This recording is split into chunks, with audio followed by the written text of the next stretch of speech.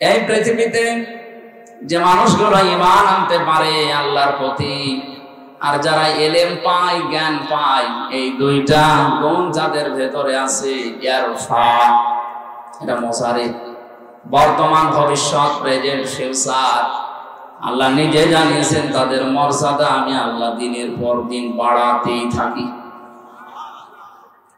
750 কোটির উপরে মানুষ এখন দুনিয়ায়, মাত্র 175 কোটি আমরা ঈমান এনেছি আল্লাহর প্রতি, বাকিগুলো সব বেঈমানের খাতায়। তাহলে 175 কোটি বাদ দিয়ে বাকি মানুষগুলো এই আয়াতের ভেতরে নেই, ওরা আগেই মাইনাস। আমরা যারা আছি, অন্তত ঈমান যাদের আছে এবং যারা জ্ঞান পেয়েছি, ইলম পেয়েছি, আমার আলোচনা অধিকাংশগুলো ক্লাস, আমি একটা ক্লাসের মতো করে কথা বলি। এখানে যদি আমি 1 ঘন্টা কথা বলি, মনে করবেন একটা ক্লাস চলছে। 1, 2, 3, 4 এর ছেলেরা যেভাবে জবাব দেয়, আশা করছি আপনি বুঝে হোক না বুঝে হোক এরকম জবাব দেবেন না। এটা ঠিক হয় না, বুঝে জবাব দেবেন না।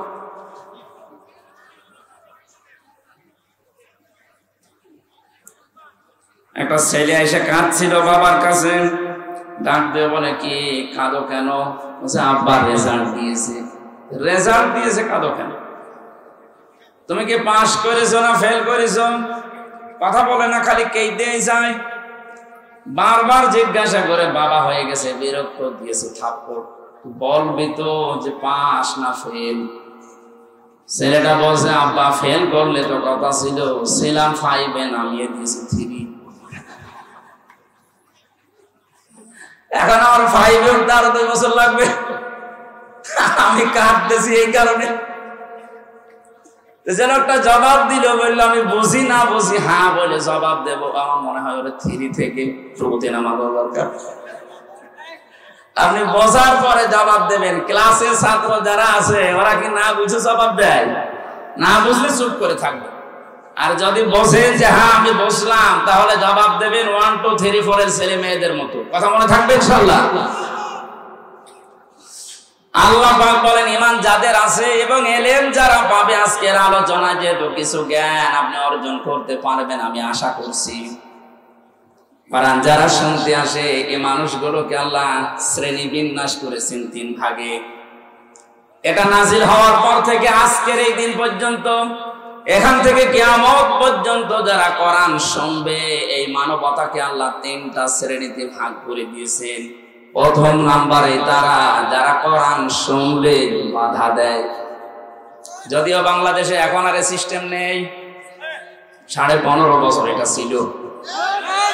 প্রশ্ন আসতে পারে, কই কোরআনের অনুষ্ঠানে তো বাধা দেয়নি। হ্যাঁ, সরাসরি বলে না এটা চলবে না, কিন্তু এটা যেন হতে না পারে 14 জায়গায় পারমিশনের সিস্টেম করেছিল। একজন শুনেছিলাম নাকি তার বউকে খুব জোরে জোরে কিল দিত। একদিন বলছে তুমি কি আমারে রাখবা না? স্বামী বলছে কিলের ওজন থেকে টের পাও না? তোমারে যে আমি যে জোরে কিল মারি, তুমি কি ওজন থেকে টের পাচ্ছ না? তোমারে কি রাখবো কি রাখবো না? ওরা সরাসরি 15.5 বছরে বলে না যে কোরআন চলতে দেব না। কোরআন যেন মানুষ শুনতে না পারে তার সব ব্যবস্থা ওরা করেছিল। এই অনুষ্ঠানটা আগস্টের 5 তারিখে যদি হতো, 14 জায়গায় অনুমতি নেওয়া লাগতো, তারপরও সালেবরা দিত না। কোরআন শুনতে এসে যারা বাধা দিয়েছিল, 1500 বছর আগে আবু জেহেল একটা আইনও পাশ করেছিল। ওয়াকালাল্লাযীনা কাফারু লা তাসমাউ বিহাদাল কুরআন। আবু জেহেল বলেছে আমার দেশে সব চলতে দাও, মুহাম্মদের কোরআনে কারীম যখন তেলাওয়াত করে এটা সেভাবে বন্ধ করে দাও। আলগাউ ফিহি, ঢোল ঢোকে তবলা বাজাও, হট্টগোল করো, মানুষের ভেতরে আতঙ্ক তৈরি করে দাও। লাআল্লাকুম তাগলিবুন, আশা করা যায় তোমরা গালিব হবে, বিজয়ী হবে। এই সিদ্ধান্ত ছিল 1500 বছর আগে আবু জেহেলের। আমার তো মনে হচ্ছে 2009 থেকে 24 সাল পর্যন্ত এই সিদ্ধান্ত হয়তো সরাসরি অনেকে নেয়নি, কিন্তু ইনডাইরেক্ট অনেকেই নিয়েছিল। যাদের কাছে অনুমতি নেওয়ার জন্য যাওয়া লাগতো, অধিকাংশ গুলো আল্লাহ তো অবিশ্বাসী। 630টা থানার ভেতরে প্রায় 450 থানার ওসি ছিল। আগে যাওয়া লাগতো থানায়, এরপরে উপজেলায়, এরপরে ডিসি অফিসে, এসপি অফিসে যারা আছে অধিকাংশ গুলো ওরা তো কোরআন শরীফ যেন বন্ধ হয় সেই লাইন করবে। একটা সত্য ষড়যন্ত্র এই জায়গায় ছিল। আল্লাহ আমাদেরকে বাঁচিয়েছেন। আমরা আশা করছি এদেশে যারা দায়িত্বে ছিল, 1628টা চেয়ার ছিল এই দেশের মেন চেয়ার। কয়টা? 1628টা চেয়ারে মেন যারা দায়িত্ব পালন করেছে, আমার যতটুকু জ্ঞান বুদ্ধি আছে বাস্তবতায় আমি যা দেখেছি অধিকাংশ সবগুলো এরা জালেম। হয় নিজে জুলুম করেছে অথবা জুলুমের সাপোর্ট দিয়েছে। অন্যায় যে করে, অন্যায় যে সহ্য করে, দুইজনই অপরাধী। বলেন না কেন? বিশ্ব নবীর হাদিস তিরমিজি শরীফ, নবীজি বলেন কেউ যদি জুলুম করে, তুমি যদি জানো যে লোকটা জালেম, এরপরেও যদি দেও প্রত্যক্ষ পরোক্ষ ভাবে তাকে সাহায্য করে, সহযোগিতা করে, আমি নবী বলছি ওই লোকটা আমার উম্মত থেকে বের হয়ে যায়। 15.5 বছরে যারা জুলুম করেছে, এই 1628টা চেয়ারে বসে বসে আমরা চাই এই জালেমদের চেয়ারে যেন আর কোন জালেম বসে না থাকে। ছাত্র জনতা জীবন যখন দিয়েছে, একজন দুইজন না, 3732 জন মানুষ অলরেডি জীবন দিয়েছে। 2780 জন এখন হাসপাতালে কাতরাচ্ছে। এতগুলো মানুষের জীবনের বিনিময়ে যে স্বাধীনতা সংস্কারের জন্য তারা জীবন দিয়েছে, আমরা চাই এদেশের কোন চেয়ারে আর জালেম থাকবে না, সবগুলো চেয়ার সংস্কার হবে। যতদিন পর্যন্ত চেয়ারের হাত খোলা না থাকবে ততদিন ন্যায় বিচারে দেশে কায়েম করা সম্ভব না। আমাকে বানানো একটা মামলা দিয়ে 3টা বছর ফাঁসির কন্ডেম সেলে রেখে দিয়েছিল। কিছুদিন আগে দেখলাম আমার মামলা সব খারিজ হয়ে গেছে।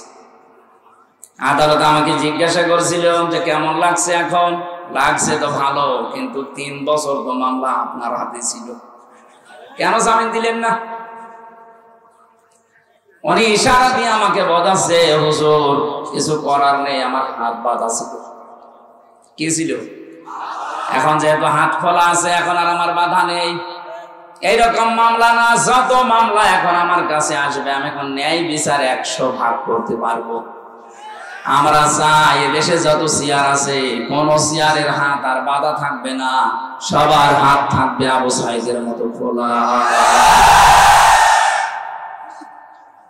রংপুরের মানুষ একটা বিষয় দেখিয়ে দিয়েছে দুনিয়াকে। রংপুরের নামই অনেকে জানতো না, জানলেও মফিজ বলে জানতো, কিন্তু এই নামটা আল্লাহ এত উপরে তুলে দিয়েছে, হোয়াইট হাউসে পর্যন্ত এখন আবু সাইদের নামে জিকির হচ্ছে। আপনাদের আরেকটা সুসংবাদ আছে, গরিব মানুষ তো এই রংপুর বিভাগে, গরিব মানুষেরা জান্নাতে যাবে ধনীদের চাইতে 500 বছর আগে। সুতরাং ঢাকা, চট্টগ্রাম, সিলেট,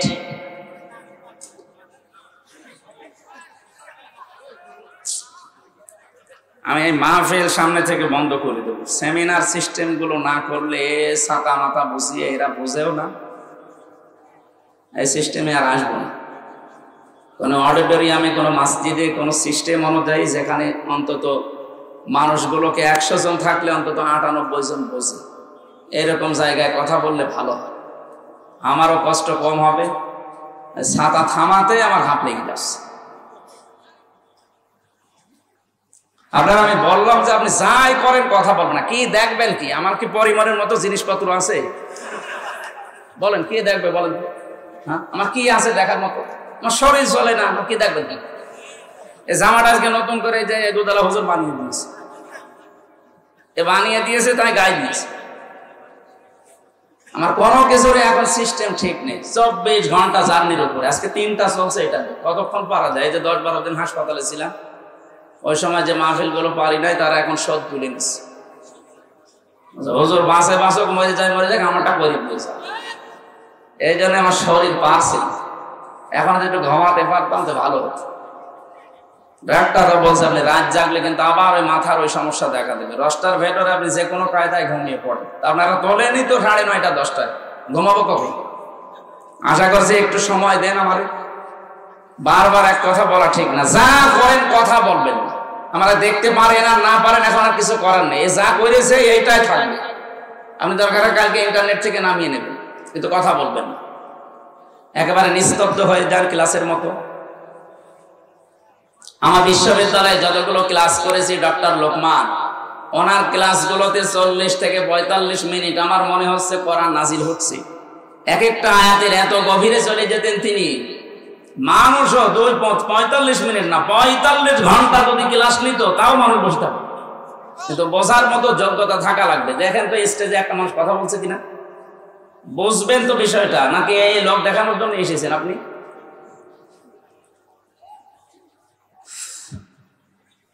আমার ভাইরা, আমি কোরআনে কারিমের শ্রোতাদের বর্ণনা দিচ্ছিলাম। কোরআন নিজেই জানিয়েছে এই পৃথিবীতে 3টা শ্রেণীতে আমার শ্রোতা ভাগ হয়ে আছে। 1 নম্বরে আমাকে শুনলেই যারা বাধা দিত এরা আল্লাহর দৃষ্টিতে কাফের। কাফের যেহেতু এখন আর নেই, এর আগে ছিল। 2 নম্বরে কোরআনে কারিম জানিয়েছে এরা হচ্ছে মুনাফিক। এটা সূরা নিসা 61 নম্বর আয়াতে আছে, وَإِذَا قِيلَ لَهُمْ تَعَالَوْا إِلَى مَا أَنزَلَ اللَّهُ وَإِلَى الرَّسُولِ رَأَيْتَ الْمُنَافِقِينَ يَصُدُّونَ عَنكَ صُدُودًا। নবী, যখন আপনি মানুষদেরকে বলবেন আসো আল্লাহর বিধানের দিকে, রাসূলের আদর্শের দিকে, আপনি দেখতে পাবেন যারা শুনতে এসেছে আপনার মুখে কোরআন, এরা বিশ্বাস করবে আল্লাহ নাজিল করেছে। আর আপনি বলছেন এটা মিথ্যা না, এটা ওরা জানে, কিন্তু যখন দেখবে যে ওদের কর্মজীবনের সাথে এগুলো মিলছে না, ওদের প্র্যাকটিক্যাল লাইফের সাথে এগুলোর মিল নেই, তখন আস্তে করে দেখবেন ওরা পেছন দিক থেকে কেটে পড়বে। এই আয়াতটা আমি বানালাম, 1500 বছর আগে নাজিল হওয়া এই আয়াত আমার মনে হচ্ছে এই মাত্র বাংলাদেশ দেখে নাজিল হচ্ছে। আপনি দেখেন এখানে যারা এসেছি 100% আপনি বিশ্বাস করেন যে কোরআন আল্লাহর কিতাব, আর হামজা যা বলছে ও বাবার কথা না, ও কোরআন থেকে বলছে। কিন্তু সেই দেখে যে না, আমি যে রাজনীতি করি তো মিলছে না, আমি যে সমাজনীতি করে তো মেলে না, আমার যে পরিবার কে তো মেলে না, তখন আস্তে করে কিছু বলতেও পারে না, সইতেও পারে না, কেটে পড়ে। আল্লাহর ভাষায় এরা মুনাফিক। আপনি দেখেন তো কোনটা ওঠে না, এত কড়াকড়ি করার দরকার নেই, খুব জরুরি হলে চলে যাবে।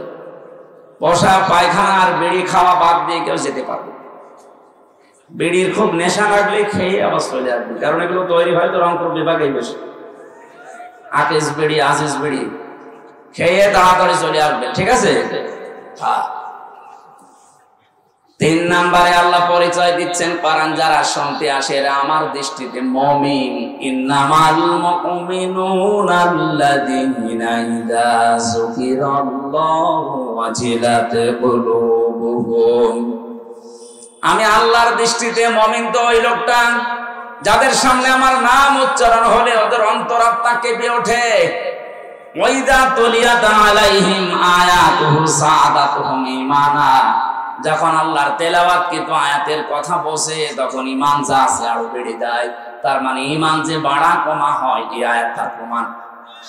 আজকে আমরা কোরআন শুনতে এসে যদি বুঝতে পারি আল্লাহ পাক বলেন যাদাতুহুম ঈমানা, অবশ্যই তার ঈমান বাড়বে। আর যারা সর্বোচ্চ ঈমানের অধিকারী, যারা এর মর্মবাণী উপলব্ধি করতে পারবে, বুঝতে পারবে, নবী আপনি দেখবেন তাফিদু মিনাত তামিউই মিম্মা আরাফু মিনাল হক। ওরা যখন জানবে যে আল্লাহ কি বলে আর আমি কি করি, বসার পরে দেখবেন ওদের চোখ দিয়ে অটোমেটিক পানি গড়িয়ে পড়ছে। কোরআনের আলোচনায় সবার চোখে পানি আসবে না, এটা বোঝার মতো যোগ্যতা আপনার থাকা লাগবে। যদি সত্যি আপনি উপলব্ধি করতে পারেন মন দিয়ে, আপনার মন থেকে যদি এই কথাটা আপনি রিসিভ করতে পারেন, দেখবেন আপনি মনের অশান্তি কখন চোখ দিয়ে পানি পড়ছে আপনি টেরও পাবেন না। এটা সাহাবা ইকরামের হয়েছিল, কারণ তারা বুঝতেন। আমরা অনেকে আমাদের মাতৃভাষা না হওয়ার কারণে আরবিটা বুঝি না, এই জন্য কান্না তো দূরের কথা, কান্নার ভানও আমরা ধরতে পারি না। হযরত ওমর তেলাওয়াত যখনই করতেন নামাজের ভেতরে 2-3 কাতার 5 কাতার দূর থেকে কান্নার আওয়াজ শুনতে পেত। কারণ পেছনে যারা দাঁড়িয়ে আছে ওরা বুঝতেছে যে জাহান্নামের আয়াত আসতেছে। জান্নাতের সুখের আয়াতগুলো যখন আসতো তারা আবেগে আপ্লুত হয়ে পড়তেন। আমার আয়াত থেকে শিক্ষা নেবার বিষয় ছিল কোরআন শুনলে বোঝার পরে তাদের ঈমান আল্লাহ বাড়িয়ে দেবে। ওয়া আলা রাব্বিহিম ইয়াতাওয়াক্কালুন। বাড়ি যাওয়ার সময় তারা বলবে আমরা আজকে থেকে দুনিয়ার সব কিছু থেকে ভরসা করলাম আল্লাহর উপরে। কোরআনের শ্রোতা পেলাম কয় প্রকার? 3 প্রকার। বলেন বলেন। 1 নম্বরে কাফের, 2 নম্বরে মুনাফিক, 3 নম্বরে মুমিন। আমরা এই 3 নাম্বারটা হতে চাই আজ। আল্লাহ কোরআনের আয়াতে যেটাই বলেছেন ওটা উপলব্ধির মাধ্যমে যেন তেলাওয়াত শুনে বুঝে এখান থেকে তাওয়াক্কুল নিতে পারি আল্লাহর উপরে। বলেন আমিন। দরুদ আর সালাম পড়ছি আমাদের নবী মুহাম্মদ রাসূলুল্লাহ সাল্লাল্লাহু আলাইহি ওয়াসাল্লামের উপর। আমি এখানে একটা বিষয় ক্লিয়ার করে নি কয়েক মিনিটে। যারা আল্লাহর বিধান মানেন এই ঘোষণা দিয়েছেন যে আমি নামাজ পড়ি, আমি রোজা রাখি, আমি হজ করে এসেছি, আমি দান সাদকা করি, এই যে 4টা বিধানের কথা বললাম, এই বিধানগুলো কার? আরো জোরে বলেন তো।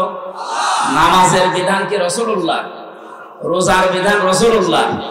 বলেন। হজ করা এটা কার বিধান? দান করা এটা কার বিধান?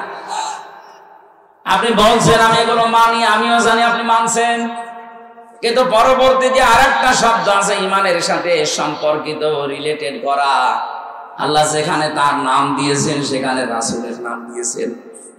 কথা বুঝতেছেন? এটা ক্লিয়ার করা লাগবে আজকে। জানি এখানে এরকম বহু চিন্তা ভাবনার মানুষ আছেন, এই আয়াতটা মিলে যাবে আমার আশা। ফেরাউনের নাম শুনেছি আমরা, না শোনেননি? ফেরাউনের নাম শোনেননি? এই লোকটা যখন ডুবে যাচ্ছিল ওই সময় বলেছে আন্নাহু লা ইলাহা ইল্লাল্লাযী আমানাত বিহি বানু ইসরাঈল ওয়া আনা মিনাল মুসলিমিন। সূরা ইউনূসের 90 নম্বর আয়াতের শেষের দিকে আছে। আল্লাহ বলেন যখন ডুবে যাচ্ছিল ওই সময় বলেছে আল্লাহ আমি ঈমান আনলাম। কিভাবে ওর ঈমানের সাক্ষ্য দিয়েছে? আন্নাহু লা ইলাহা ইল্লাল্লাযী আমানাত বিহি বানু ইসরাঈল। বনি ইসরাঈলরা যার উপর ঈমান এনেছে আমি তাকে বিশ্বাস করলাম। ওয়া আনা মিনাল মুসলিমিন, আমি তো মুসলমান, এরপরও আমি কেন বারবার ডুবি আর উঠি? ফেরেশতারা আমারে বারবার সবাই কেন? এখানে শিক্ষা দিয়েছে মুফাসসির যারা তাফসীর লিখেছেন আয়াতে, তারা বলেছে ও কিন্তু আল্লাহর প্রতি একাত্মবাদের শিক্ষা দিয়েছিল, কিন্তু ওই জামানায় যিনি প্রেরিত পুরুষ, তার মানে নবী এবং রাসূল, তার নাম হযরত মূসা। নাম কি? ও আল্লাহর ঘোষণা দিয়েছে, কিন্তু ওই জামানার যিনি নবী এবং রাসূল, আল্লাহ যাকে প্রেরিত পুরুষ করে পাঠিয়েছেন তাকে কিন্তু মানে নাই, ঘোষণাও দেয় নাই। ও যদি বলতো লা ইলাহা ইল্লাল্লাহ মূসা কালিমুল্লাহ, আল্লাহ ওই সময় মাফ করে দিত। কিন্তু শুধু ঘোষণা দিয়েছে আল্লাহর একাত্মবাদের, রিসালাতের ঘোষণা দেয়নি। এই জন্য আল্লাহ ওকে মাফ তো করেনি, আল্লাহ ডাকও দিয়েছিলেন আল আন, এখন। আকাদ আসাইতা ক্বাবলু ওয়া কুনতা মিনাল মুফসিদিন। এখন কেন? এর আগে তো তুমি বড় সন্ত্রাসী ছিলে, স্বৈরাচার ছিলে, ফাসাদ সৃষ্টি করেছিলে, হাজার হাজার লক্ষ মানুষকে তোমার কারণে আমি দুনিয়াতে শান্তি দিতে পারিনি, তুমি অশান্তির দাবানল তৈরি করে দিয়েছো। এখন কেন? জিবরাইলকে বললেন ওর মুখের উপরে কাদা দিয়ে দে, এটা তাফসীরে ফি জিলালিল কোরআনে আছে। ফেরেশতা জিবরাইল তোর মুখের উপরে যখন কাদা লাগিয়ে দিয়েছে, আল্লাহ পাক বলেন ফাল ইয়াউমা নুনাজ্জিকা, আজকের এই দিন থেকে আমি তোকে দায়িত্ব নিয়ে নিলাম, বিবাদানিকা, তোর এই শরীরটা, ফাল ইয়াউমা নুনাজ্জিকা বিবাদানিকা লিতাকুনা লিমান খালফাকা আয়া। কিয়ামত পর্যন্ত কোনো মেডিসিন লাগবে না, কোনো ঔষধ দেওয়া লাগবে না, আমি আল্লাহ নিজে তোরে শক্তি দিয়ে রাখলাম। মাছে খাবে না, পোকা মাকড়ে খাবে না, জলহস্তি খাবে না, কিয়ামত পর্যন্ত তোরে আমি শক্তি দিলাম। ওয়া ইন্না কাসীরাম মিনান নাসি আন আয়াতিনা লাগাফিলুন। তোর পরবর্তী প্রজন্ম দুনিয়ায় যারা আসবে তোকে আমি এমন ভাবে রাখবো, দুনিয়ার মানুষ তোকে দেখবে, চিন্তা করবে অনেকে, কিন্তু শিক্ষা অধিকাংশ মানুষ নেবে না। আমার মনে হয় এখনো ফেরাউনের লাশটা মিশরে আছে, আমি দেখে এসেছি, এখনো যে অবস্থায় আছে এইভাবে আছে। এক একটা দাঁতের যে সাইজ, চুল এখনো এক গাছা আছে। আপনি এখান থেকে আমি যেটা নেওয়ার জন্য বলছি বারবার, ও আল্লাহর একাত্মবাদের শিক্ষা দিয়েছিল, ঘোষণা দিয়েছিল, স্বীকার করেছিল, কিন্তু ওই জামানায় যিনি নবী এবং রাসূল রিসালাতের ঘোষণাও দেয়নি, এই জন্য আল্লাহ ওর ঈমান কবুল করেনি। আজ বাংলাদেশের দিকে তাকান, বহু মানুষ এখানে বসে আছেন, আল্লাহর বিধান আমি মানি না, আমি নামাজ পড়ি, রোজা রাখি, হজ করি, দান সাদকা করি, এগুলো বিধান কার? বলেন বলেন। কিন্তু এই জামানার যিনি প্রেরিত পুরুষ, সর্বশেষ নবী এবং রাসূল মুহাম্মাদুর, তার আদর্শের কথা বলতে গেলে, হ্যাঁ তার আদর্শে 63 বছরের 23 বছর তার নবুয়তের জিন্দেগি, 13 বছর তিনি মক্কায় মার খেয়েছিলেন, এইটা অনেকে শুনতে রাজি আছে। এমনকি 13 বছরের জীবনী শুনে অনেকে কান্নাকাটিও করে, কিন্তু বিশ্ব নবীর জীবনের আরো 10 বছর মদিনার জীবন, তিনি রাষ্ট্রপতি ছিলেন, এই কথা বলতে গেলে কিছু মানুষ বলে রাজনীতি। আপনি আল্লাহর ঘোষণা মেনে নিচ্ছেন, কিন্তু রাসূলুল্লাহর রিসালাত আপনি মানেন না, আপনার মরণ হবে ওই ফেরাউনের মতো। আর আমার তো মনে হচ্ছে বাংলাদেশে এই প্রকার মানুষ এখন দিন দিন বেড়ে যাচ্ছে। এখানে আছে, এখন আপনার বিবেকে যা বলে তাই করে। ফেরাউন যদি শুধু আল্লাহর হুকুম মেনে, রিসালাত না মেনে ও জাহান্নামী হয়ে যায়, আপনিও আল্লাহর হুকুম মানছেন, কিন্তু রাসূলুল্লাহর কথা মানতে গেলে আপনার নেতা বাদ দেওয়া লাগবে, আপনার আদর্শ বাদ দেওয়া লাগবে, আপনার অনেক কিছু দুনিয়ায় ছাড় দেওয়া লাগবে। কারণ আপনার মতো দুই হাতে কামাই নবীজি করেননি। অনেকে এলাকায় দেখলাম, শুনলাম, আসার পরে নাকি টাকা ছেড়ে রাখে, আর মাসে মাসে টাকা আসে, 1000 টাকা দিয়ে রাখে, 1000 টাকায় 1200 টাকা দেয়, 200 টাকা লাভ। নাকি এখনো শুরু হয়নি? আমি আসার পরে শুনছি এটা একটা মায়ের সাথে জেনা করার গুনাহ। আপনি এইরকম গুনাহ করে আপনি কোনোদিন আল্লাহর মন পাবেন বলে আপনার মনে হয়? যে আপনি মায়ের সাথে জেনা করে আসলেন, এখন বলছেন আমি নামাজ পড়ছি, হবে? সুতরাং এই গুনাহ যারা আছেন একটু হাত করেন তো দেখি, কারা টাকা ছেড়ে রাখেন। তাহলে কমিটির যে লোক এসে আমার কানে কানে বললো, এগুলি মিথ্যা কথা বললো না তো, তাহলে আপনারা হাত তুলছেন না মানে? আমি দেখতে চাই, দেখি হাত তোলেন। ক্যামেরা তো আমার দিকে, আপনাদের দিকে নেই, হাত তোলেন, হাত তোলেন। আলহামদুলিল্লাহ, তাহলে মনে হয় ওইটা মিথ্যাবাদ। মানুষ তাই আপনার লজ্জা করে, কিয়ামতে কোটি কোটি মানুষ থাকবে, আপনার এই কপালে লেখা থাকবে সুদখোর। এই জায়গায় লিখে দেবে আল্লাহ সুদখোর। মানে লজ্জা তো ওই সময় আরো বেশি পাওয়া লাগবে, এই জন্য এখনই পাল্টানো দরকার। আপনার এই সুদের টাকা, বাম হাতের ইনকাম দিয়ে যা করছেন, এইগুলো ভোগ করার জন্য আপনার মেয়ে, আপনার ছেলে, আপনার বউ 2 পায়ে খাড়া আছে। আপনি যা ইনকাম করবেন ওরা ভোগ করবে। এর দ্বারা যে মায়ের সাথে জেনা করার গুনাহ হয়ে গেল, এই গুনাহ আপনার বউ নেবে? জিজ্ঞাসা করেন, জীবনেও নেবেন। তা আপনি কার জন্য কি করলেন? এখন যদি চোখ বন্ধ হয়ে যায়, তামাম দুনিয়া এসে আপনাকে জীবিত করতে পারবে না। এই জন্য আমরা যেন এরকম পাগলামি না করি, পাগলামি বাদ দেবো তো ইনশাল্লাহ। অত পাগল আমরা আর হবো না। কার জন্য আমি পাগল হব? যার জন্য হবো সেই তো আমার না। আপনি মরে যান, আপনার যত সুন্দরী বউ হোক, যত ভালোবাসার বউ হোক, এক রাত আপনাকে যদি পাহারা দিয়েছে, আমি কি বলিস, ও বলবো আমার ভয় লাগবে, রাতে জিন আসতে পারে, তাড়াতাড়ি আপনি মাটি দিয়ে দেন, না অন্য ঘরে রাখেন। অথচ ওর জন্য আপনি সুদের টাকা ছড়িয়ে রেখেছেন, ও যেন আরামে ডিশ এন্টিনা দেখতে পারে। ধরে বলেন সুবহানাল্লাহ। আশা করছে পাগলামি আমরা কেউ যেন না করি, কারো জন্য কারো কিছু করি। আমার নিজের জন্য আমি যা করছি এটা আমার সাথে যাবে। দিনাজপুরবাসী, কোরআনে কারীম থেকে আমরা এবার তেলাওয়াতে যাচ্ছি। আজকের আলোচনার বিষয়টা একটা গুরুত্বপূর্ণ বিষয়, কারণে বাংলাদেশ, ভারত আর পাকিস্তানে এই বিষয়টা নিয়ে ভেজাল আছে, একটা ঝামেলা চলছে। আমার আলোচনার বিষয় ওসিলা, কি বললাম, এটা যেন আমরা আজকে ক্লিয়ার করে যেতে পারি, পরিষ্কার করে ধারণা নিয়ে বাড়ি যেতে পারে আসলে ওসিলা কি আর কি কি জায়গায় ভন্ডরা লাগাচ্ছে। সূরা মায়েদা 35 নম্বর আয়াত পড়েছি। আমরা আগে তাফসীর করার যে নিয়মগুলো আছে সামনে নিয়ে আসি। প্রথমে তাফসীর করতে হলে সূরার নামকরণ জানা লাগে। নাম হচ্ছে মায়েদা। নাম কি? মায়েদা মানে দস্তরখানা। মায়েদা মানে দস্তরখানা, যার গুরুত্ব আমাদের কাছে অনেকেরই নেই, অথচ এই নামে আল্লাহ বিশাল একটা সূরা নাযিল করলেন। এমন এমন বিধান আল্লাহ সূরা মায়েদার ভেতরে দিয়েছেন।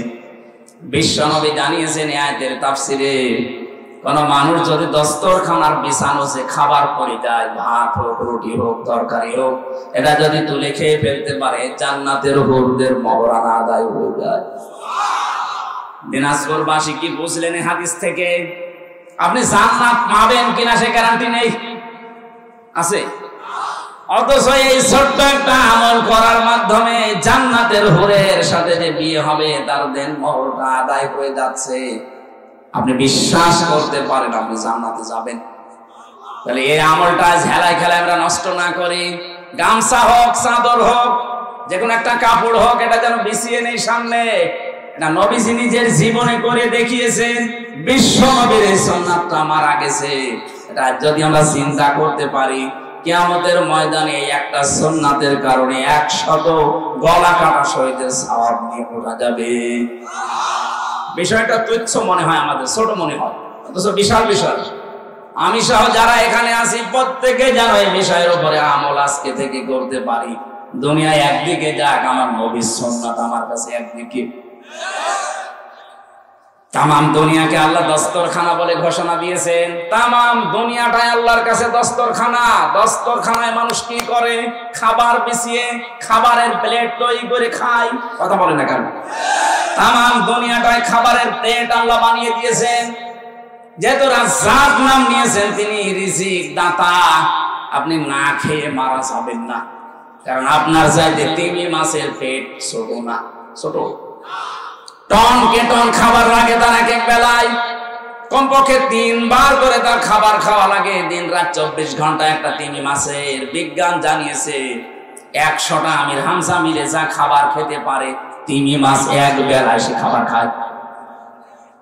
বলেন তো, এত বড় বিশাল দেহে তিমি মাছের পেট, এই পেটের খাবার যদি আল্লাহ জোগাড় করে দিতে পারে, হামজার 1.5 থেকে 200টা খাবার লাগে, এই খাবার আল্লাহ দিতে পারবে না? কোন কারণে খাদ্যে ভেজাল দেন? কোন কারণে সিন্ডিকেট করে আজ বাজারের দ্রব্য মূল্যের দাম বাড়িয়ে দেন? আজ বাংলাদেশে যারা সিন্ডিকেট করে খাবারের দাম বাড়িয়ে দিচ্ছেন, আপনি বিশ্বাস করেন আপনার ঈমান নষ্ট হয়ে গেছে? আপনি আল্লাহর কাছে বড় জালেম। মানুষকে কষ্ট দেওয়া, মানুষের সাথে জুলুম করার নামান্তর এটা। এই দিনাজপুর সহ বাংলাদেশের 64 জেলাতে যারা সিন্ডিকেট করে করে বিভিন্ন ব্যবহারিক জিনিসের দাম বাড়িয়ে দিচ্ছে, আপনার নামের আগে আপনি লিখে দিতে পারেন জালেম অমুক আলী। এই দেশে অনেক বামপন্থী রাজনীতি করতো অনেকে, এখন অনেকে বন্ধ করে দিয়েছে। তারা বলতো আমরা বামপন্থী, বুক ফুলিয়ে যারা বলতো আমরা বামপন্থী। আমার কুষ্টিয়া একজন ছিল, ইনু, বুক ফুলিয়ে বলতো আমি বামপন্থী রাজনীতি করি। দুনিয়ায় যত কিছু আপনি দেখবেন বাম হাত দিয়ে করা হয়, ওটা ভালো কাজ না। বলে না কেন? কোরআনে কারিমে আল্লাহ জানিয়েছেন, ওয়া আসহাবুল ইয়ামিন মা আসহাবুল ইয়ামিন ওয়া আসহাবুশ শিমালি মা আসহাবুশ শিমাল। ডানপন্থী দুনিয়ায় যারা আছে এরা জান্নাতি, বামপন্থী যারা আছে এরা জাহান্নামী। বাংলাদেশে যারা এই কথা মুসলমান দাবি করার পর বলেন যে আমি বামপন্থী, আপনি সরাসরি বলতে পারেন না যে আমি জাহান্নামী, কারণ বামপন্থী যারা তারাই জাহান্নামী। এই কথা বলছেন।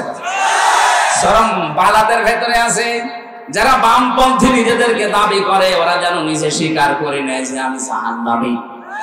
সুতরাং খাদ্যে যারা ভেজাল দিচ্ছেন, ঔষধ মেশান, কীটনাশক দেন, খাবারের দাম বাড়ানোর জন্য যারা সিন্ডিকেট সিন্ডিকেট করেন, আপনি বিশ্বাস করে লিখে নিতে পারেন আপনি জালেম।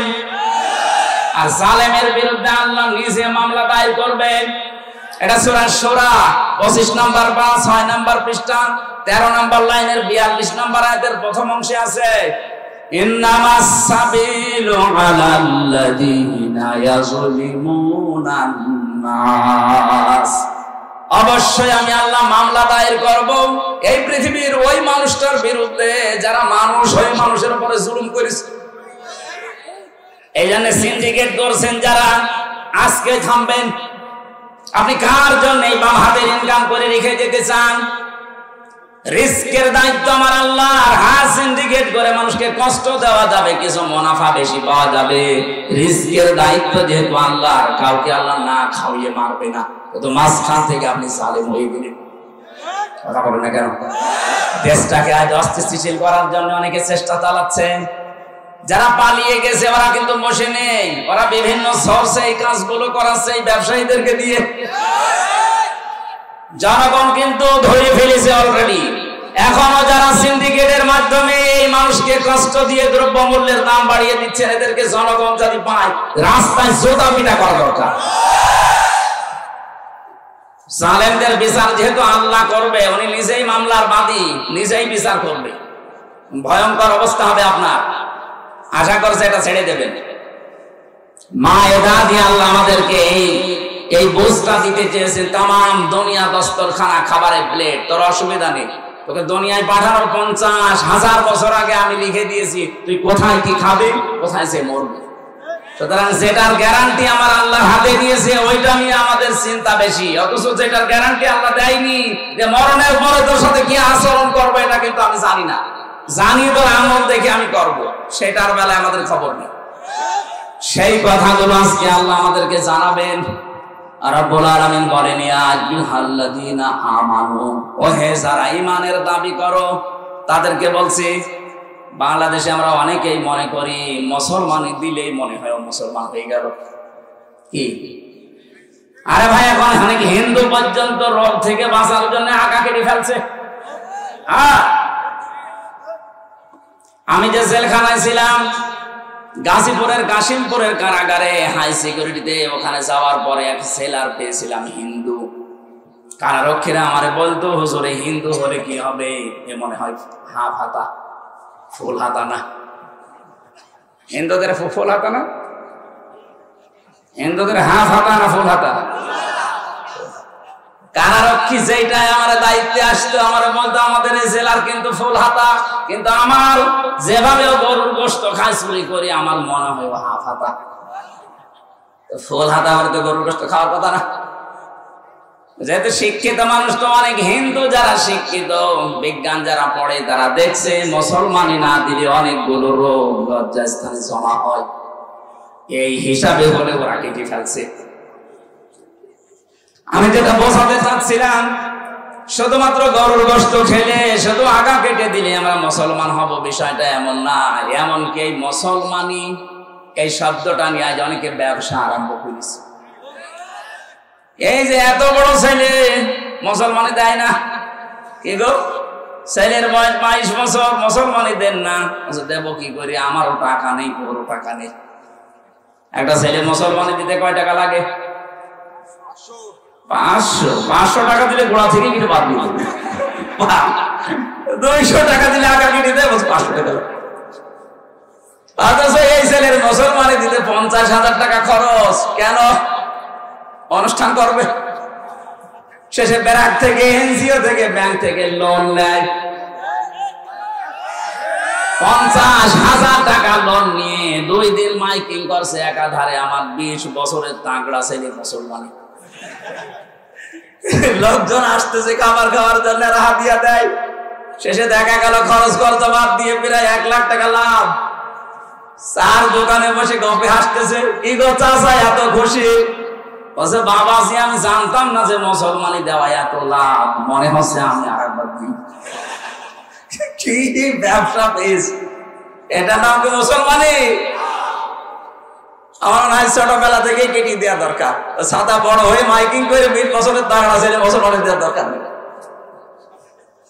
আল্লাহ যেহেতু ইমানদারকে ডাক দিয়েছেন, ইমান কিন্তু পাওয়া জিনিস না, ইমান আনা জিনিস।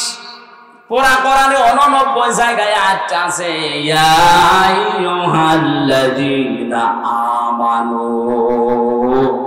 আল্লাহ বলেন, ও হে যারা ঈমান এনেছো না ঈমান পেয়েছো। আমরা যারা এখানে বসে আছি একটাও ঈমান আনি না, আমরা ঈমান পেয়েছি। আমাদের মা বাবা, আমাদের বাপ দাদা, পূর্বপুরুষরা মুসলমান ছিল, ওই ঘরে এসেছি, এই কারণে আমরা ঈমান। কিন্তু সাহাবায়ে কেরাম ঈমান পেয়েছেন না, ওনারা ঈমান এনেছিলেন।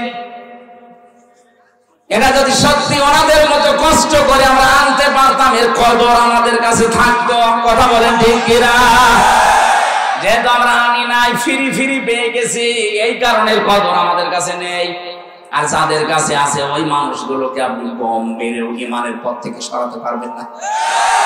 আল্লাহ ঈমানদারকে ডাক দিয়ে দুইটা বিষয় এখানে জানিয়েছেন। ইত্তাকুল্লাহ, আমি আল্লাহকে ভয় করার নীতি নাও। কি ভয়? এই যে তাকওয়া শব্দটা আমরা জন্মের পর থেকে শুনি, তাকওয়াটা কি? তাকওয়া একটা পাথেয়। নবীজিকে এক সাহাবী এসে বললেন, হে নবী, আমি সফরে যাচ্ছি, আমার পাথেয় আপনি বলে দেন কি কি নিয়ে যেতে পারি। বিশ্ব নবী বললেন তাকওয়া। কি বললেন? তাকওয়া নামক যে পাথেয় আছে এইটা নিয়ে যাও। ডাক দিয়ে বলেন, হে নবী, আপনি আরো কিছু পাথেয়র কথা বলেন। নবীজি ডাক দিয়ে বলেন, হ্যাঁ, পাথেয়র আর একটা বিষয় আছে, ভালো কাজে আদেশ করবা, অন্যায় কাজে নিষেধ করবা। আর আমাদের কাছে কেউ যদি বলে আমি সৌদিতে যাচ্ছি, আমি ভারতে যাচ্ছি, আমাকে পাথেয়র কথা কিছু বলেন, কি কি নেব, কি কি নেবা বুঝতে পারো না। নবীজি বলেছিলেন পাথেয় হিসাবে তাকওয়া নিয়ে যাও। এখানে তাকওয়াটা কি, পাথেয় এটা আসলে বোঝা লাগবে। তাকওয়া মানে আল্লাহর ভয়, এটা তো সহজ অর্থ। তাকওয়ার 99টা অর্থ আছে। তাকওয়ার আসল অর্থ হচ্ছে আল্লাহর নিষিদ্ধ কাজগুলো ওই মুহূর্ত থেকে ঘৃণা ভরে ছেড়ে দেওয়ার নাম তাকওয়া। এইটা আমরা সারা জীবন শুনলেও মানতে পারি না। আল্লাহর নিষিদ্ধ কাজ যেখানে যেটা পাবেন আজকে থেকে শুধু ছেড়ে দেবেন, ওর নাম খৌফ। ওর নাম কি? শুধু ছেড়ে দেওয়া। আর যদি পায়খানার মতো ঘৃণা করে ছেড়ে দেওয়া হয়, ওর নাম তাকওয়া। আল্লাহর নিষিদ্ধ কাজের যে প্রকাশ্যে অপ্রকাশ্যে কোনো অশ্লীল দৃশ্য দেখা, এটা নিষিদ্ধ কাজ না? কোরআন শরীফে প্রায় 27 জায়গায় আছে, তোমরা প্রকাশ্যে হোক অপ্রকাশ্যে হোক অশ্লীল কোন কাজের ধারে কাছে যাবা না। সুতরাং আজ ইন্টারনেটের মাধ্যমে, এই মোবাইলের মাধ্যমে, ফ্যাক্সের মাধ্যমে, কম্পিউটারের মাধ্যমে, আকাশ সংস্কৃতির মাধ্যমে পিন আপ করা পত্রিকা দিয়ে যারা এমন উলট পালট কাজে আছেন, যেটা নিজে নিজে দেখলে ভালো লাগে আর অন্য কেউ দেখলে লজ্জা লাগে, এরকম দৃশ্য নেই? কথা বলে না কেন? এগুলো নিষিদ্ধ কাজ। ওয়ালা তাকরাবুস জিনা ইন্নাহু কানা ফাহিশা ওয়া সাআ সাবিলা। জিনার ধারে কাছে যেও না। জিনা করা তো দূরের কথা, আল্লাহ কেন তার ধারে কাছের কথা বললেন? কারণ মানুষ একবারে লজ্জাস্থানে জিনা করে না, আগে সিস্টেমে যায়। প্রথমে হয়তো মোবাইলে কল দেয়, SMS করে, এরপরে ভিডিও কল, এরপরে আস্তে আস্তে এক জায়গায় হয়ে হাতের জেনা, মুখের জেনা, লজ্জাস্থান পর্যন্ত পৌঁছে যায়। সুতরাং যেগুলোর দ্বারা জেনা তৈরি হয়, এই উলট পালট সিনেমা দেখে, উলট পালট দৃশ্যগুলো দেখে মানুষকে শারীরিক ভাবে দুর্বল করে যারা ফেলতে চায়, আমরা জানি এগুলো নিষিদ্ধ। সুতরাং এই মুহূর্তে শুধু ছেড়ে দেব না, ঘৃণা করে ছেড়ে দেব। মোবাইলে এরকম দৃশ্য যাদের আছে, যেটা নিজে দেখলে আনন্দ লাগে, ভালো লাগে, আর অন্য কেউ দেখলে লজ্জা লাগে, এরকম দৃশ্য নেই? যার মোবাইল আছে এই মুহূর্তে এখনই ডিলিট করা লাগবে, এক্ষুনি। ওয়াজ এখন থেকে আরম্ভ হবে আমল করা। আমার এই মোবাইলটায় 250টা লেকচার আছে আমার স্যারের। আমি আন্তর্জাতিক বিশ্বে যারা আলোচনা করে দায়ী আছে, ডাক্তার নোমান আলী খান, ডক্টর আহমেদ মোসা জিব্রাইল, এদের লেকচার গুলো এখানে সাজানো আছে। তাছাড়া আর আমার ছোট মেয়েটার ছবি আছে, তাছাড়া আর কিছু নেই। আপনার মোবাইলে যদি এরকম কিছু থাকে যেটা নিচে দেখলে ভালো লাগছে, অন্য দেখলে লজ্জা পাবেন, এই মুহূর্তে ওইটা নিষিদ্ধ, ডিলিট করা লাগবে। কারা কারা করবেন আমি আজকে হাত দেখতে চাই? তোলেন, দেখি আপনার মোবাইলটা। এই লক খুলে দিন। হ্যাঁ দেখো তো কি আছে এখানে। আজকে ওয়াজ হবে ভিডিও ফাংশনে, দেখো যদি কিছু থাকে এক্ষুনি ডিলিট দিন। আলহামদুলিল্লাহ আমরা আল্লাহর ওলি খোঁজার জন্য চরমোনা যায়, আল্লাহর ওলির জন্য চট্টগ্রামে যায়, সিলেটে যায়, এরকম বুকে সৎ সাহস নাকি আগেই বিলেপ করে দিয়েছে।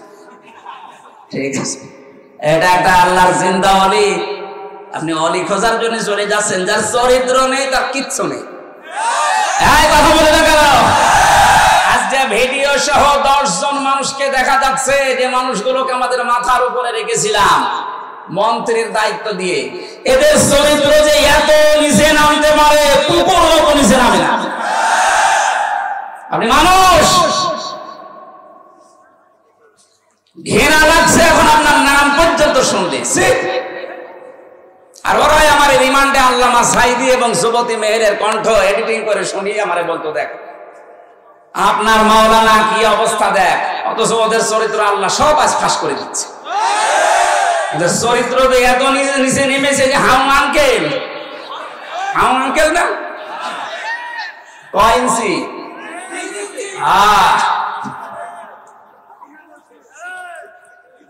আজকের বক্তব্য হাউ আঙ্কেল। আমার সাথে ওই ছোট হুজুরটা ছিল, আমারে বলছে হামজা ভাই, আমার সাথে প্রায় 2 মাস এক ঘরে ছিল ওই পিসকে হুজুরটা মাদানি। আচ্ছা হুজুর ভাই আমারে নিয়ে গেল রাত 12:30টার সময় হাতির ছিলে 2 দিকে রাস্তা ব্লক করে দিয়ে আমার শরীরে পোড়াটা উলঙ্গ করেছে।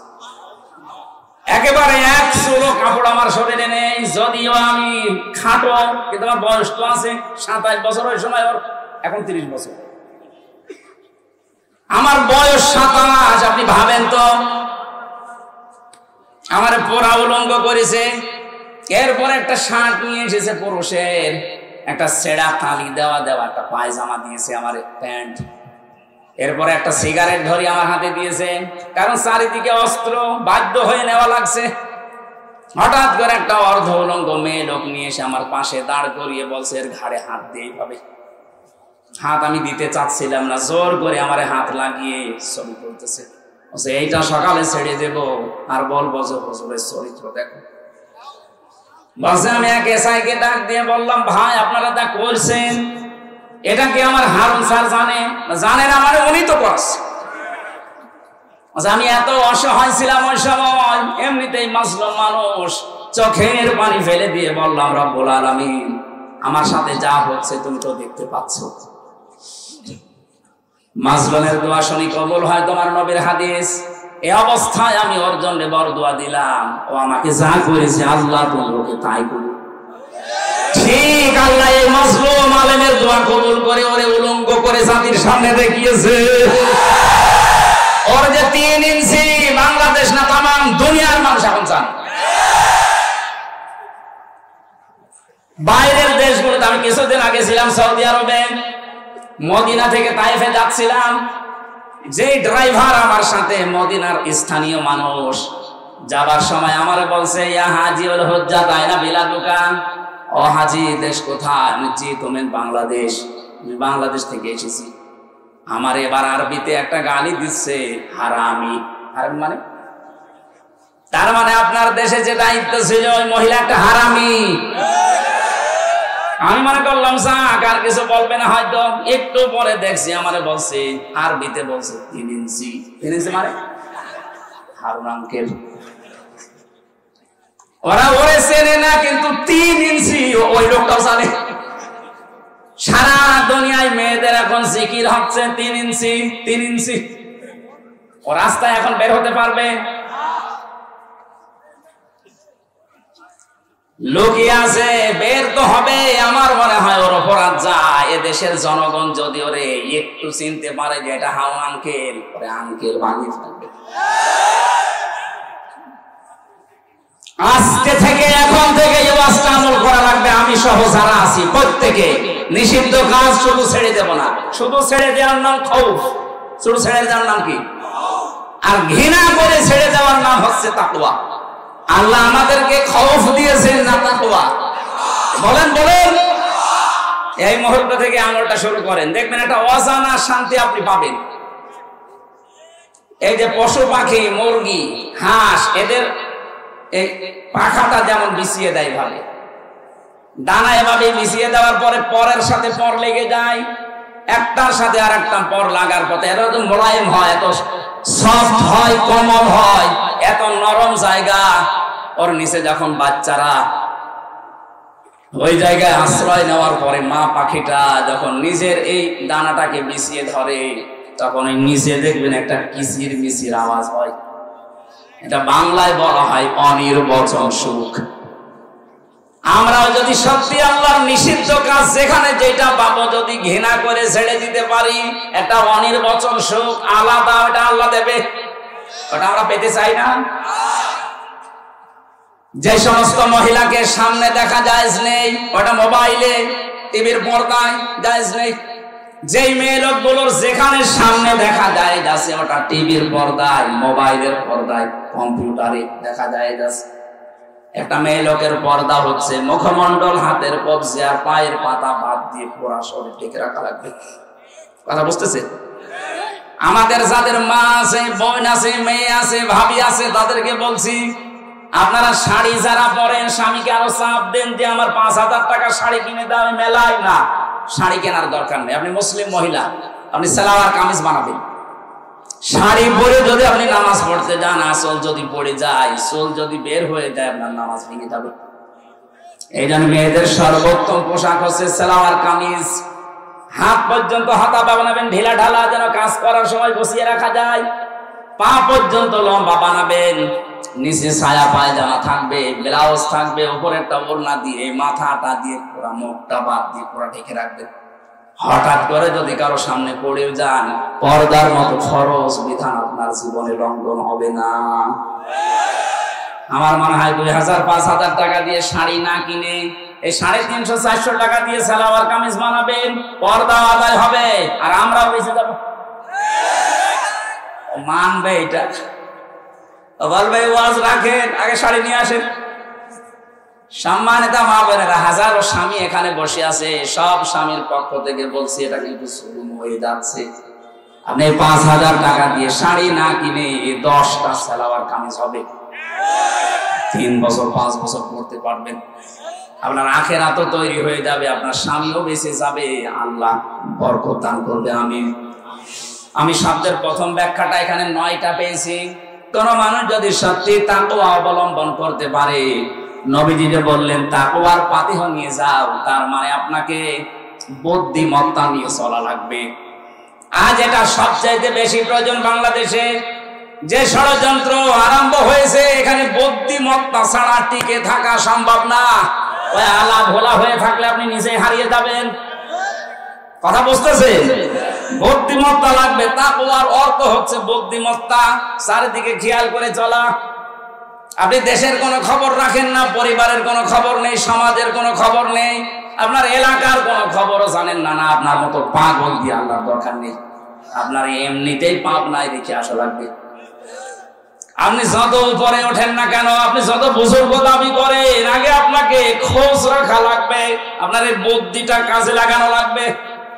যারা তাদের এই আকল, এই বুদ্ধিকে কাজে লাগায় না, এই মানুষগুলো জাহান্নামী। সূরা মুলকের 10 নম্বর আয়াতে আছে, আকালু লাউ কুননা নাসমাউ আও নাকিলু মা কুননা ফি আসহাবিস সাঈর। জাহান্নামে সাঈরের গেটে যখন মানুষ যাবে, দারওয়ান ফেরেশতা মালিক জিজ্ঞাসা করবে, কেন জাহান্নামে আসলে? এটা তো খারাপ জায়গা। যত মানুষ জাহান্নামে যাচ্ছে, ওরা প্রত্যেকেই জবাব দেবে, দুনিয়ায় আমরা যদি ভালো ভালো যে কথাগুলো শুনেছিলাম, ওগুলো যদি মেনে নিতাম, আর আমাদের আকল, আমাদের বুদ্ধি, কমন সেন্স যদি কাজে লাগাতাম, আর জাহান্নামে আসা লাগতো না। এই আয়াত দ্বারা প্রমাণ হয় যে মানুষগুলো তাদের বিবেক, বুদ্ধি কাজে লাগাবে না, সে জাহান্নামে যাবে। আমরা যেন পাগলামি করে না থাকি, সচেতন হই। আহ্বান জানাচ্ছি, যারা পালিয়ে গেছে ওরা কিন্তু বসে নেই। বিশেষ করে এই যে সাবেকটা উনি বাইরের দেশে এখন ছড়াচ্ছে, বিভিন্ন দেশে দাদা বাবুদের কাছে, মোড়লদের কাছে, যে আমি নির্বাচিত ছিলাম, আমাকে জনগণ উৎখাত করে দিয়েছে। না, এটা মিথ্যা কথা। এটার প্রতিবাদে মিডিয়া যারা আছে, পত্রিকা যারা আছে, আন্তর্জাতিক মাধ্যম সব বারবার প্রচার করা দরকার। এটা এখন বুদ্ধিমত্তার কাজ।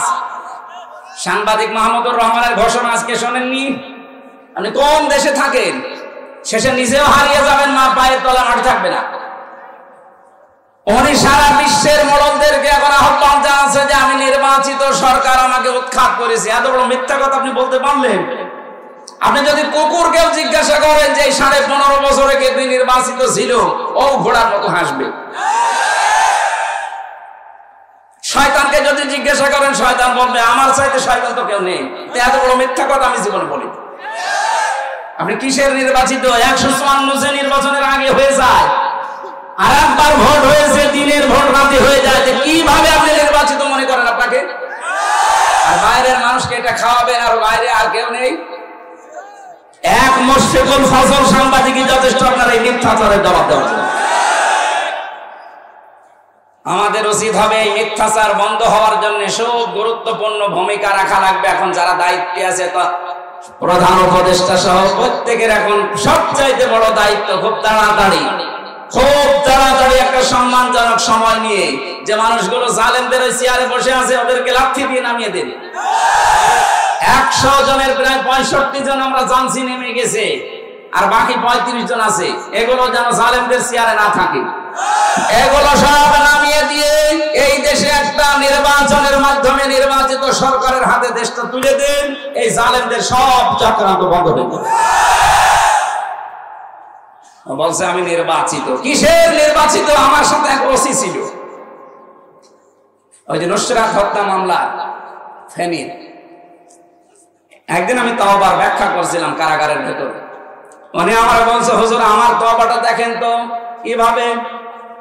রাত 12টার পর থেকে আমার দল বলসা ছিল, এদেরকে নিয়ে আমি বিভিন্ন কেন্দ্রে ভোট কাটা আরম্ভ করলাম। আল্লাহর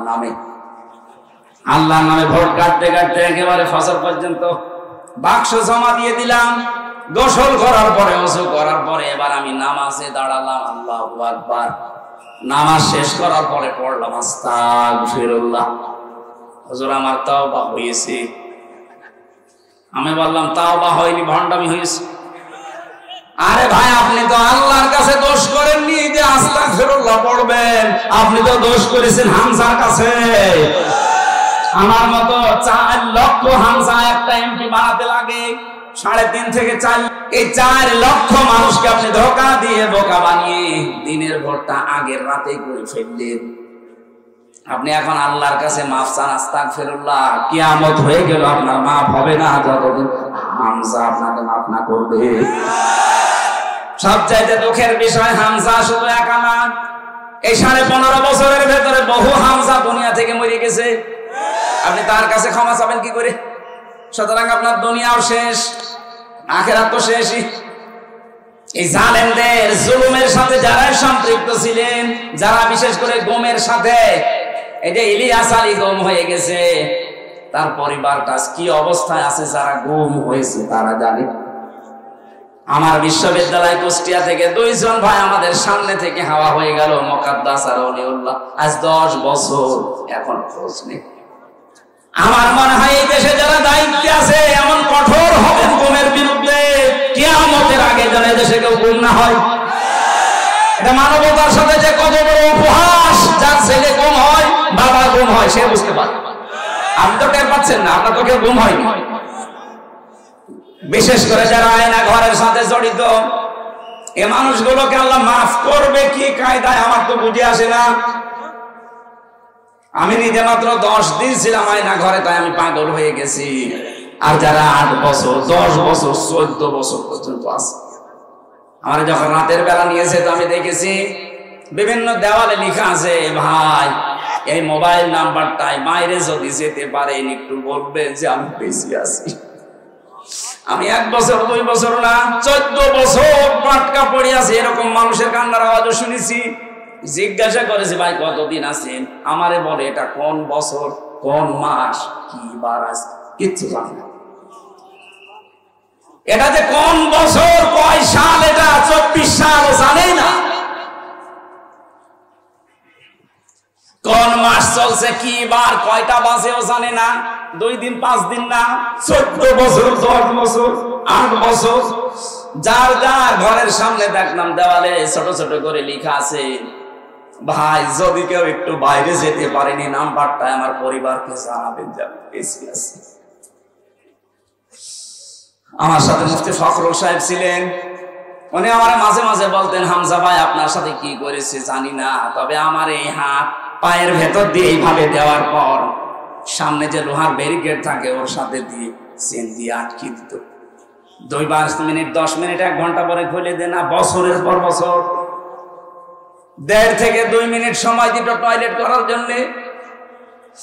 পচা খাবার দিত, সকালে ছোলা কয়েকটা, দুপুর বেলা খাবার দিয়েছে মাখিয়ে, মনে আছে কেউ মাখিয়ে ফেলে দিয়েছে, খেতে পারে না সেটা দিয়েছে। দেখতাম আমার সাথে ফাঁসির ওই কন্ডেম সেলের ভেতরে শেষের কয়েকদিন ছিল, 60-65 হয়ে হাত পা ছেড়ে দিয়ে শুয়ে আছে। কি গো এরকম করে শুয়ে থাকেন? আমার বাবা হামজা, শুয়ে থাকা যে কত বড় নিয়ামত তুমি বুঝবা না। তোমার তো মাত্র 10 দিন নিয়েছিল, আর আমি কয়েক বছর পর্যন্ত এইভাবে ছিলাম, পায়ের ভেতরে হাত দিয়ে শুয়ে থাকা কত বড় নিয়ামত এখন আমি টের পাচ্ছি। আমার মাজার হাড় পর্যন্ত ব্যথা হয়ে গেছে, এখন এই যে 60-65 হয়ে শুয়ে আছি হাত পা ছেড়ে দিয়ে, আমার মনে হয় সবচেয়ে বড় নিয়ামত এইটা। এত বড় কিছু আপনি করতে পারলেন একটা মানুষের সাথে। কি করেছিল সে? সে একটা রাজনৈতিক দলের একটা সভাপতি, আমির, তারে আপনি এভাবে গম করে আয়না ঘরে রেখে এইভাবে কষ্ট দিতে পারলেন। আমার মাঝে মাঝে মনে হতো, আল্লাহ যারা আমাদের দায়িত্বটা পালন করে এরা এখান থেকে বাড়ি যাওয়ার পরে ঘুমায় কি করে? হয় লাল পানি খায় নাই, ঔষধ খায়, কোন বড়ি খায়, ঘুমের, তাছাড়া ঘুম আসার কথা না। এখানে যারা ঘুমের সাথে জড়িত, খুনের সাথে জড়িত, বিশেষ করে আয়না ঘরের সাথে, এদের জীবনেও মাফ হবে না যতদিন পর্যন্ত ওদের ওই মানুষগুলো মাফ না করবে। আর আমি জানি এই দেশের 18 কোটি মানুষও যদি এই আয়না ঘরের সাথে যারা জড়িত এদের মাফ করে দেয়, ব্যারিস্টার আরমানের বউ জীবনও মাফ করবে না। 10 বছর 8 বছর সে স্বামী ছাড়া কিছু জানেই না যে বেঁচে আছে কিনা। প্রশ্ন আসতে পারে বিদেশে যে থাকে, বিদেশে যে থাকে কিন্তু জানে যে স্বামী আছে, আর এমন জায়গায় আছে ও তো জানি না যে মরে গেছে না বেঁচে আছে। এক একটা দিন কত কষ্ট করে এই গুম হওয়া আয়না ঘরে থাকা মানুষের আত্মীয় স্বজনের কেটেছে, আপনি বুঝবেন না, আপনার তো হয়নি। আমার বাবা মামি একা সন্তান, মাত্র 10 দিনে তারা আমার মতো হাফ পাগল হয়ে গিয়েছিল। 3টা বছর যদি আমি ফাঁসির কন্ডেম সেলে ছিলাম, তারপরেও তো অন্তত 3 মাস 6 মাস পর একটু যোগাযোগ করতে পারতাম। আর ব্যারিস্টার আরমান সাহেব 8 বছর উনি জানেই না যে বাংলার পৃথিবী আছে কিনা, অথচ মাথার উপর দিয়ে গাড়ি ঘোড়া চলছে। ওই ডিবি অফিসে মাটির নিচে যে ঘর আছে ওটা ভেঙে দেওয়া দরকার। কয়েকদিন আগে ডিবির যে অফিসার ঘোষণা দিয়েছে, মাটির নিচে এখানে আয়না ঘর থাকবে না, ভাতের হোটেল থাকবে না, কাউকে যদি ধরা হয় তাকে তাড়াতাড়ি তার পরিবারকে জানানো হবে, এটাই দরকার। তাছাড়া এত কঠিন অবস্থায় দিন কাটা সম্ভব না, বিশেষ করে গুম আর আয়না ঘর, এটা যেন পৃথিবী থেকে নিশ্চিহ্ন হয়ে যায়। দিনাজপুরবাসী, আমি যাই করি না কেন আল্লাহর দরবারে আমার কোন পজিশন আছে কিনা, আমার একটা মর্যাদা, এরকম একটা চেয়ার আছে কিনা যেখানে আল্লাহর সামনে আমি দাঁড়াতে পারবো। আজ প্রধান উপদেষ্টা ডক্টর মোহাম্মদ ইউনূসের আশপাশে যারা আছে, ওনার কথার যে মূল্য উনি দেবে, এই দিনাজপুর থেকে আমি হামজা কথা বললো ওই মূল্য দেবে। ওনার কাছে যে চেয়ারটা আছে, চেয়ারের একটা মূল্য আছে। আল্লাহ পাক বলেন, অবতাগু ইলাইহিল ওয়াসিলা, আমি আল্লাহ পর্যন্ত পৌঁছাতে একটা চেয়ার তালাশ করো, ওসিলা। বাংলাদেশে আয়াতটা নিয়ে যেহেতু ভেজাল আছে, আমি নিরসন করছি। বহু দরবার থেকে, বিশেষ করে ভণ্ডদের দরবার, এই আস্তানা থেকে কথা আসতেছে, অবতাগু ইলাইহিল ওয়াসিলা, আল্লাহকে পাওয়ার জন্য ওসিলা তালাশ করো। তার মানে পীর সাহেব ধরো। কে বলেছে আপনাকে? এখানে ওসিলা শব্দের 2টা অর্থ। 1 নাম্বার ওসিলা মানে নেক কাজ, 2 নাম্বারে ওসিলা মানে নবীর সম্মান।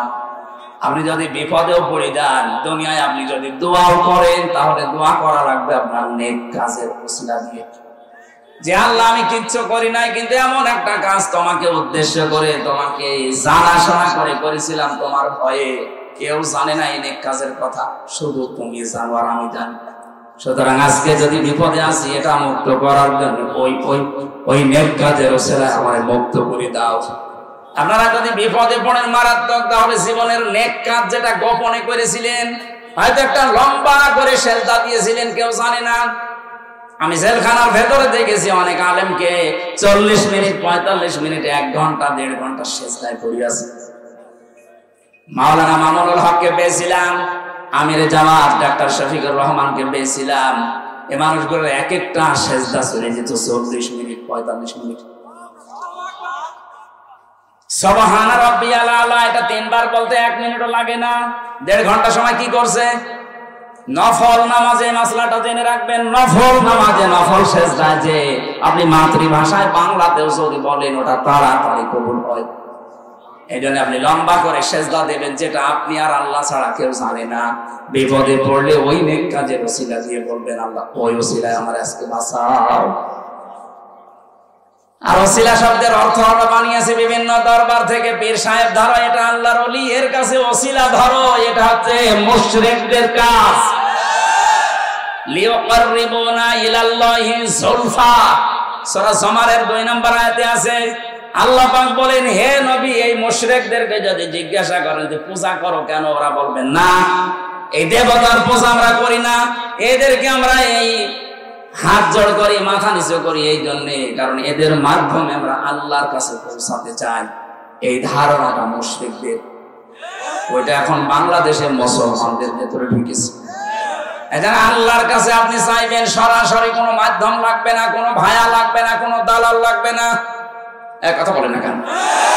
এই দালালি করে করে অনেকে ব্যবসা প্রতিষ্ঠান খুলে খাচ্ছে, মাঝখান থেকে আপনার কথা আল্লাহর কাছে পৌঁছায় না। কোন কারণে? পীরের মাধ্যমে পৌঁছাতে হবে। আপনি সরাসরি বলতে পারেন না। আল্লাহ আপনাকেও যেমন বানিয়েছে, ওই পীরকেও বানিয়েছে। এক কথা বলেন না কেন? এখানে সরাসরি আপনি চাইবেন আল্লাহর কাছে। অনেকে মনে করে আমার দাড়ি নেই, আমি কি করে চাবো? আরে ভাই, দাড়ি কি? আপনি তো আল্লাহর বান্দা, আফসোস করবেন যে দাড়িটা রাখতে পারি না, সামনে আমি রাখবো। আর অনুশোচনা নিয়ে অনুতপ্ত হয়ে জীবনে যখন সেজদা দিয়ে চোখের পানি ফেলে কাঁদবেন, দেখবেন আল্লাহ পাক একটা অজানা শান্তি দিচ্ছে, টাকা দিয়ে কিনতে পাওয়া যায় না। ওসিলা শব্দের দ্বিতীয় অর্থ হচ্ছে নবীজির সম্মান। আযান দেওয়ার পর একটা দোয়া পড়া হয় না, আবতাগু ইলাইহিল, কি বলা হয়? ওসিলা বলা হয়, হে আল্লাহ তুমি নবীর সম্মানকে আরো বাড়িয়ে দাও। আরশের পাশে একটা জায়গা থাকবে, ওখানে নবীজি 50,000 বছর একটা সেজদা দেবেন। এত লম্বা সেজদা দুনিয়াতে তিনি কেউ দেয়নি, কেউ দিতেও পারবে না। শেষে আল্লাহ বলবেন, দোস্ত, বন্ধু, মাথা ওঠাও, আজকে যার পক্ষে কথা বলবা তারে মাফ করে দেব। এখানে ওসিলা মানে যে ভুল ভাল বোঝায় আমাদেরকে, আমরা সতর্ক থাকবো। ওসিলার 1 নম্বর অর্থ নেক কাজ, 2 নম্বর অর্থ নবীর সম্মান, এর বাইরে কোনো ওসিলার অর্থ নেই। যারা বলবে পীর সাহেব বানিয়েছে ওরা নিজেদের স্বার্থে, আল্লাহ রাব্বুল আলামিন বলেন পৃথিবীতে যত ওসিলা হতে পারে, যত ওসিলা, তার মানে আমি আল্লাহর কাছে পৌঁছাতে যত মাধ্যম আছে, সব জায়গায় উত্তম মাধ্যম হচ্ছে ওয়াজাহিদু ফি সাবিলিহি, আমি আল্লাহর রাস্তায় জিহাদ করা। জিহাদের নাম শুনলেই তো অনেকের মন খারাপ হয়ে যায়, আগে জঙ্গির কথা বলবে কিনা। জঙ্গি আর জিহাদ এক না। জঙ্গি নির্মূল করার জন্য জিহাদ লাগবে। আজ বাংলাদেশে জিহাদ বন্ধ হয়ে যায়নি। অন্যায় যেখানে, প্রতিবাদ সেখানে, এর নাম জিহাদ। এটা যদি আজ আমরা চালিয়ে যেতে পারতাম, মাঝে মাঝে এসে গর্ত থেকে উকি চকি দিয়ে বিশৃঙ্খলার চেষ্টা করে, এইগুলো বন্ধ হয়ে যেত। আর ওখানে বসে বসে উনি মোবাইলে মানুষকে জানাচ্ছে যে বিএনপি আর জামাতের বাড়িতে আগুন লাগাও। শয়তান কত বড় শয়তান! পালিয়ে যাওয়ার পর লজ্জা হয়নি? আমার মনে হয় ওইদিন ছেড়ে দেওয়া ভুল হয়ে গেছে। আর 5 মিনিট হলে জনগণ যে বিভিন্ন জিনিস পেয়েছে, ওইগুলো পেয়েছি তো।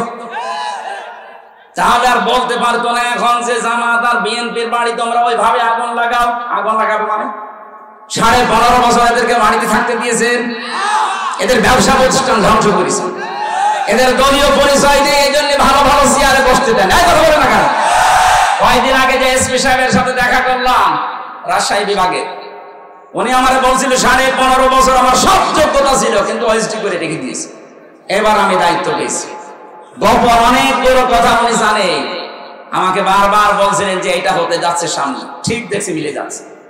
আমরা যারা ওই 14 দল বাদ দিয়ে যারা এদেশে আছি সব আমরা মাজলুম, সে যে দলের লোক হোক। এই কথা বলছে না কেন? অনেকে মনে করছেন বিএনপির লোক মাজলুম না। কে বলেছে? ওদের এক একটা জনের জন্য আমি মামলা পেয়েছি 313টা, 508টা পর্যন্ত মামলা পেয়েছি। একজন আমার খাবার দিত, জিজ্ঞাসা করলাম কি করেন? বলছে আমার বাড়ি হচ্ছে বড়গোনা, বিএনপির যুগ্ম সম্পাদক ওই জায়গা। মামলা কয়টা দিয়েছে? বলছে 313টা। 313টা মামলা আপনি হিসাব করতে পারে? আপনাদের মহাসচিবের নামে 183টা মামলা ছিল ওই সময়, এখন মনে হয় আরো বেড়েছে। কারণ আমি 508টা পর্যন্ত মামলা আমি পেয়েছি। আরে ভাই দিনই তো হয় না, 365 বছর 508টা মামলা, ও সারা জীবন শুধু হাজিরায় দিয়ে যাবে। কি জুলুম করেছে বলুন তো? এইগুলো বাইরের দেশ দেখে না। এই ট্রাম্প এটা মুসলমানদের প্রকাশ্য শত্রু। এই পালিয়ে গেছে ওনার বান্ধবী, ও এখন উল্টা পাল্টা ছড়াচ্ছে বাংলাদেশে নাকি সংখ্যালঘু নির্যাতন হচ্ছে। ওরে শয়তান! বাংলাদেশে ইসলামপন্থী এবং এই দেশে যারা বিশ্বাস করে দেশ আমাদের, তারা 5 তারিখের পর থেকে আজ পর্যন্ত মন্দির পুরো পাহারা দিচ্ছে।